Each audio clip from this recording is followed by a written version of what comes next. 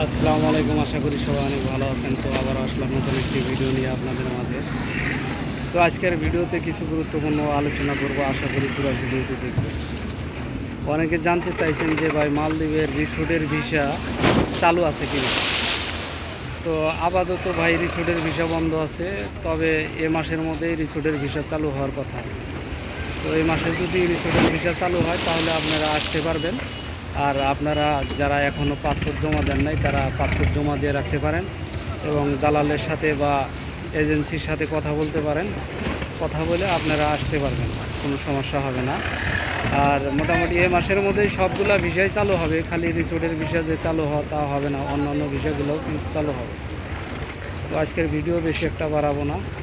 তো ভালো থাকবেন সবাই, আবারও নতুন কোনো ভিডিও নিয়ে আসবো আপনাদের মাঝে। আল্লাহ হাফেজ।